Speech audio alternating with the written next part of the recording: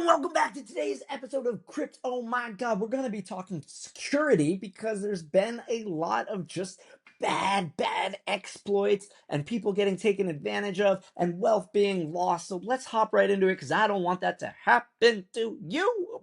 Now, straight out of the gate, I got some homework for you. I got some homework for my wife. I got some homework for myself. I got some homework that I sent to my entire family, which is we've all got to go and change our passwords today. I know it sucks, but it's something we have to do. This news came out of 16 billion. Apple, Facebook, Google, and other probably means basically everything else. And well, this is unfortunately a total shit hits the fan moment. This is really important because when it comes to protecting our assets, any exploitation of our identity can really be used against us. It could be that one email opens the door to something that exploits you, but in reality, we need to be aware that they could also be building profiles on our contacts, on who we are, on how we speak, and they could be using your personality to exploit somebody that you love and adore. Which brings me back to crypto, because there is this thing going around, and it's awful, and it's happened to me, and it's happened to basically everybody that I know. Now, when I say it happened,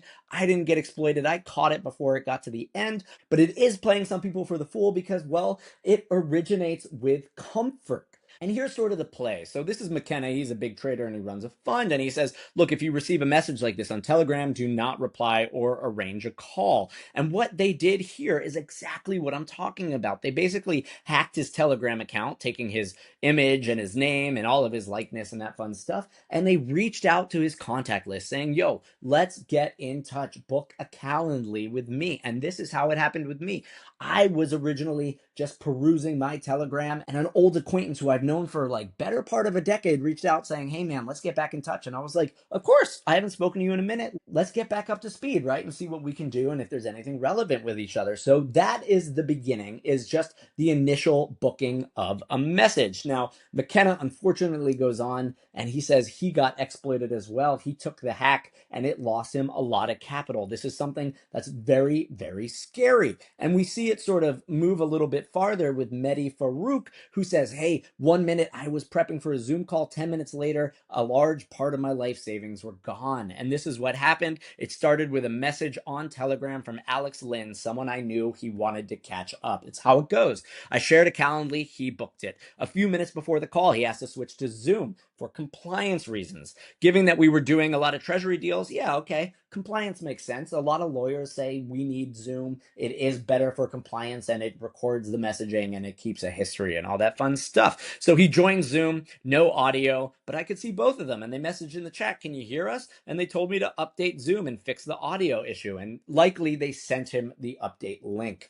And that's when it happened, when I updated. 6 wallets drained, my fault for not keeping more buttoned up. My laptop compromised completely, years of savings gone in minutes. And I found out later that Alex's account had been hacked. So this is exactly what occurred with me as well. They reached out, they gave me a Zoom link. I was on with a board meeting and they said, hey, Graham, we can't really hear everything very well. There's some funky issues. And they sent me a link. Now, I'm very suspicious of a lot of signals. Like, no one in the history of Zoom has ever sent me an update link. And I am extremely wary of any sort of download. So I did not click on this, and that's how I kind of dodged this bullet. And instead, I immediately just logged off, erased the Telegram chat, and said, like, fuck this, I'm out. But the reality is that these download links, these phishing links, they could come to you in any format, right? They could send it to you directly in a text message. They could do a phishing email from somebody that you've been in conversation with. And quite frankly, I still get a lot of texts from people that I know very well. And it takes me, about 5 minutes into the conversation when they ask about something financially related. And you go, wow, this smells really badly. For example, I just made friends with a new AI filmmaker. We start talking about film. They seem to know a little bit about it. And then suddenly it was like, hey, can like you send me some ETH or whatever? And it all got really funky really fast. And I was just like, nope, cutting this out. One easy way to dodge this is simply to reach out to the person directly. Be like, yo, I think I'm talking to you, but like, am I talking to you? That is a surefire way to double verify. And when it comes to value, this is a very light lift. I mean, you don't look foolish if they say, yeah, man, of course. Like, what do you think? Good for you.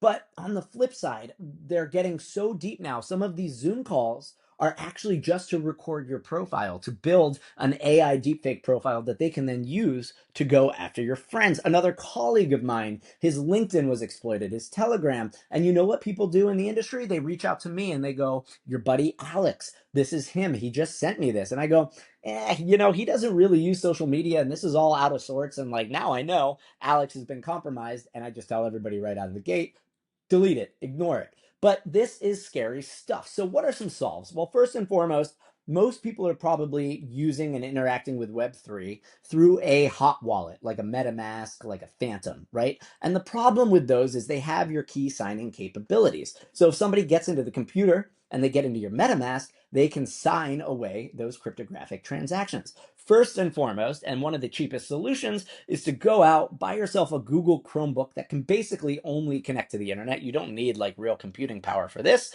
And say, look, if I'm going to sign any sort of key with my wallet, it's happening through this computer and this computer alone. Just take that wallet entirely off your other computer. Whatever you use to surf the internet, especially if you're looking at porn or downloading torrents or anything like that, you should not have an active hot wallet attached. It's just a recipe for disaster. So one, get yourself a dedicated key signing machine. If you want to go really whole hog, there are some new Linux devices that are small, that are very hard to crack, that you can go deep down into, hardening the devices and making them basically impenetrable. And then once you do that, you only use it for key signing, but that's something for you to Google and to look up, and it takes quite a bit of savvy to get there.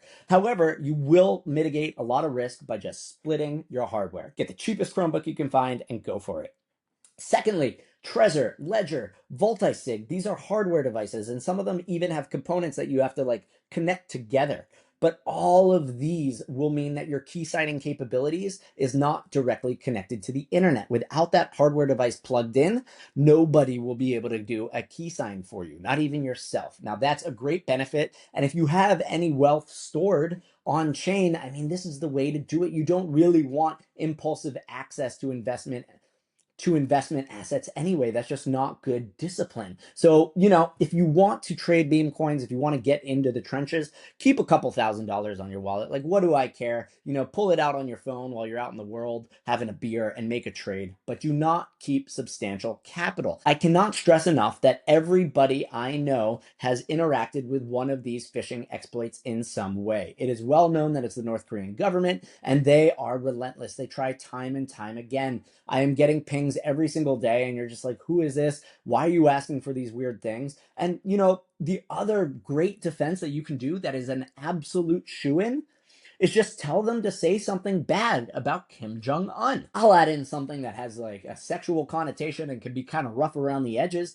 And, and people will laugh at you, but be like, yeah, Kim Jong-un sucks 10 bags of dicks or something, But I guarantee you, if it's a North Korean agent, it's amazing how effective it works. The second you send that message, the entire chat shuts down, everything disappears, and you're in the clear. So there's a couple things that you can do, right? One, always reach out to the person that you think you're talking to for a double confirmation. Two, ask them just to say something bad about Kim Jong-un. These authoritarian leaders, they have a way of installing their own breaks. It's like wild. Hitler and the Enigma code was cracked because they always signed off Hail Hitler. And that's how they broke the cryptography of the Enigma code. With Kim Jong-un, you just ask them to insult their dear leader and they simply won't do it. Beyond that, get yourself dedicated hardware and also get hardware wallets so that you're actually disconnected from the internet entirely.